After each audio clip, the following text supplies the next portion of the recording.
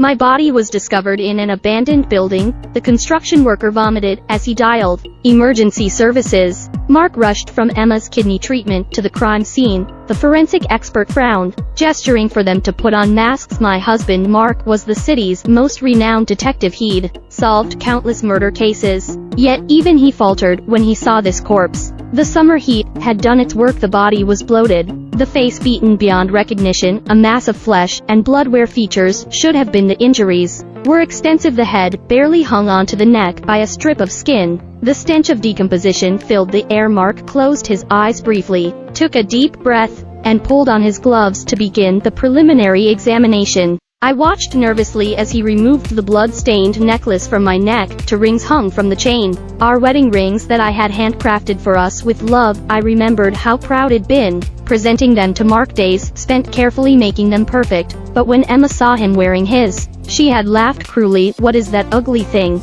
Did you fish it out of a dumpster? Mark had ripped off the ring immediately, throwing it back at me. His face had burned with humiliation. You're my wife, he had snapped. You're supposed to help me succeed, not make me look ridiculous in front of others, though his cold words still echoed in my ears. I believed surely he would recognize these rings now, these symbols of our marriage, of my love for him, but Mark just impassively instructed his assistant to bag them as evidence. His colleague worked methodically, then suddenly paused. Mark, the victim was pregnant, about 2 months along. I watched, heartbreaking, as Mark's expression darkened with rage. These animals, he snarled, slamming his hand against the wall. How could they be so cruel to a pregnant woman? I wanted to scream, to shake him. Emma was diagnosed with kidney failure just 5 days ago. The doctors said she needed a transplant urgently. Mark had rushed to the hospital at midnight. On the way, he begged me, you have to help her. Alice, you're a match. You're the only match they've found in pregnant Mark. 2 months, that's why I can't donate my kidney to Emma. Please understand. His response had been instant and cruel.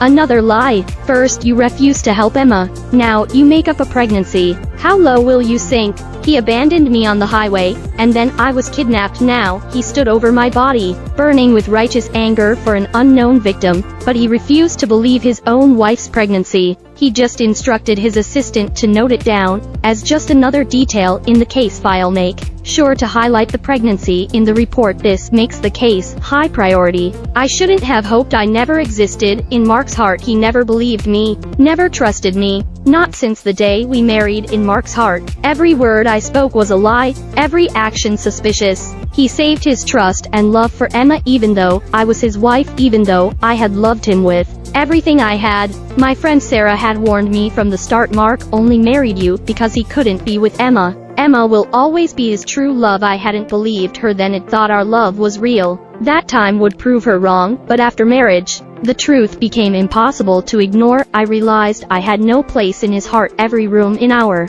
house held photos of him and Emma from their past. Every story he told somehow included her name. I was just an intruder in their love story, a placeholder until Emma could return to her rightful place. Taking off his gloves, his colleague rubbed his furrowed brow. Victim appears to be around 25 years old. Preliminary cause of death is throat cutting. Shows signs of prolonged torture before death. The method is extremely cruel. This will cause public outrage. We need to solve this before it explodes in the media. Mark lit a cigarette, taking a deep drag, seemingly troubled. Even in death, I was causing him problems, the forensic expert warned. The killer's still out there. Tell your loved ones to be careful. Don't let Emma go out alone at night. Mark irritably replied, Emma always listens to me. It's my wife, Alice. I can't control. The forensic expert was an old friend and knew their situation well. Mark absently rubbed his stomach. The forensic expert noticed Mark wincing. Your stomach acting up again. Mark waved it off. It's fine. Alice bought me some medicine and kept it at home. He trailed off, suddenly silent. His supposedly defiant wife had always cared deeply about his health. The expert patted Mark's back.